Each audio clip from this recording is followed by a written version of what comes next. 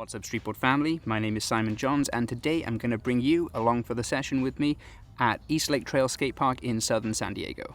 Now, I've not been to this skate park for around 5 years, purely because it's kind of out of the way for me. It's about 30 to 35 minutes away from the house, and compared to some of my local skate parks like Linda Vista or City Heights, those are like world-class skate parks that have been built within the last few years, so the standard of those is very, very high. I would say this is one of the older parks in San Diego. I'm not sure when it was built, but it's definitely showing a little bit of wear and tear. That doesn't mean it's not going to be fun though. It's a pretty small park, but let's see what we can get here. So one thing I am noticing right off the bat is that there is nothing that small here to warm up on. So I think I'm going to have to just roll up and down these flat banks a good few times in regular and switch just to get the legs moving. So let's roll into some flat banks.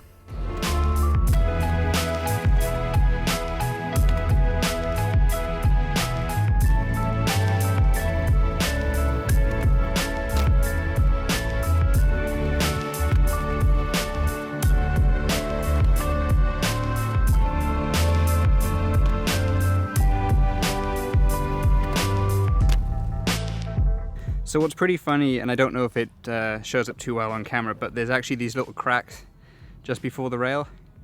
They don't really do too much, but when you're jumping on something that high, you don't really want to be thinking about all the little nuances that could cause you to trip up.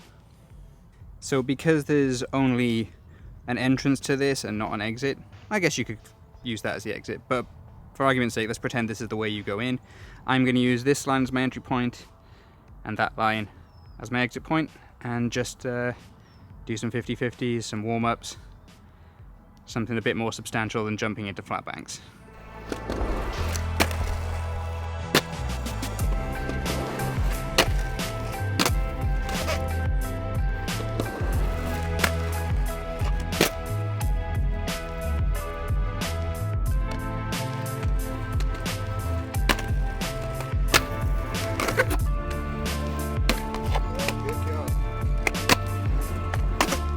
So, one thing I was not expecting was the ledge to actually be waxed, and it looks really rusty, but it's got a lot of got a thick coat of wax on it, so it's good. It's good.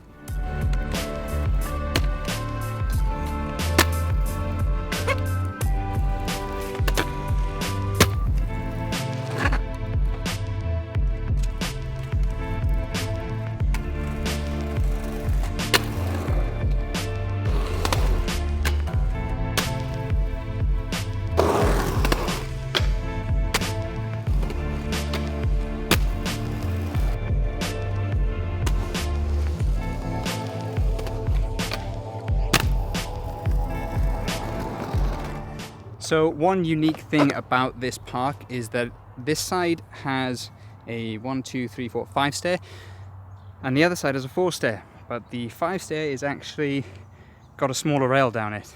And by smaller, I mean it's lower to get onto, it's not quite as steep, a bit longer, but I think the other two factors make that rail a lot more dangerous. So we're going to start off on this one, get some warm-up tricks on it, and then see if there's anything a little bit more difficult we can do. But the goal of the session is just have a good time, so I'm not out here trying to kill myself today.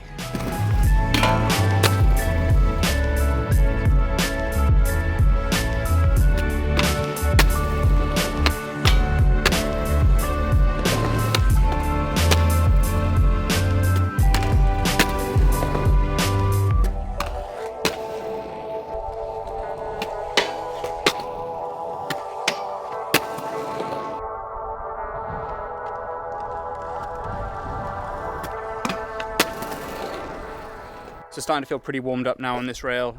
It's really good. It's got really good dimensions. The only thing that's not so great about it is that little crack at the top. It's enough to put you off, let's put it that way.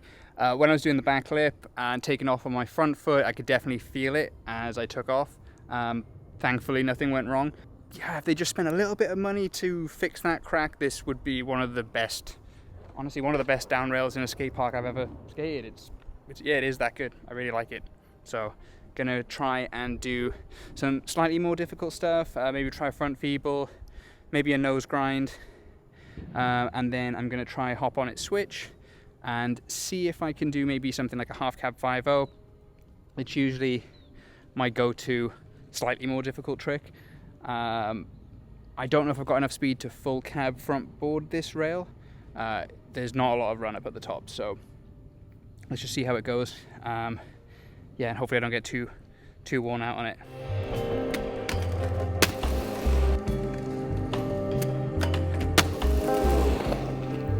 So as I predicted for myself, that front feeble felt terrible. It was really scary to try.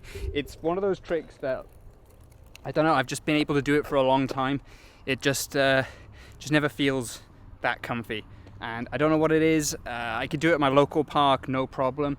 But whereas all my other tricks that I practice often, I can do on pretty much any rail I go to. Front feeble just still gives me trouble. So yeah, if you want to get me on a game of skate on a very easy trick, front feebles, that's a letter for me.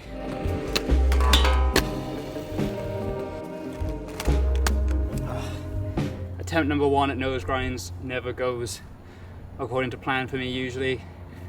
It's just another one of those tricks. A little bit more comfy for me than front feebles. I guess the biggest difference is with a front feeble, you have to lock it. With the nose grind, you could just put your truck down and ride out in 50-50.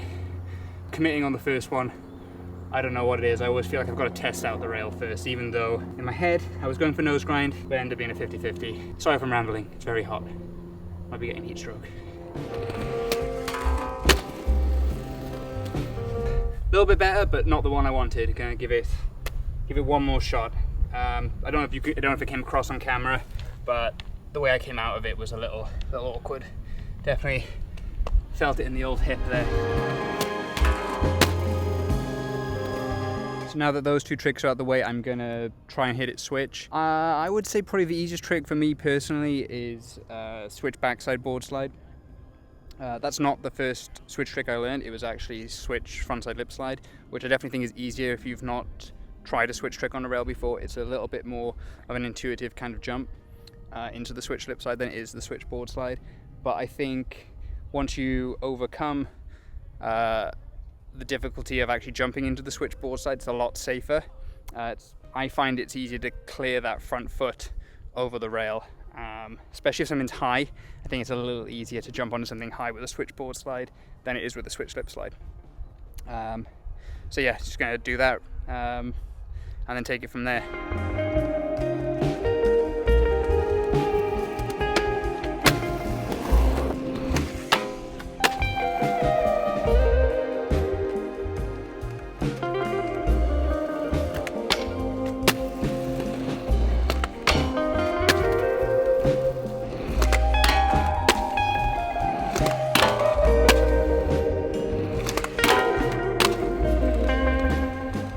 Alright, so now I'm going to move on to probably my last trick on this rail. It's going to be switch 180 frontside 5-0. You'll probably notice for this trick that I'm going to start off in my regular stance, which is goofy footed, and then I'm going to switch to my switch stance, which is regular footed. So yeah, I just want to give some context because you're probably wondering why I'm starting off switch to begin with in some of the tricks and why I'm starting off regular in other tricks and jumping into switch, and that's basically for speed. I've not got quite the same explosive power as I do in my regular stance in my switch stance, so for tricks where I need to jump higher onto the rail, I'll give myself a bit of extra speed by starting off regular and then 180ing into switch just before I hit the rail.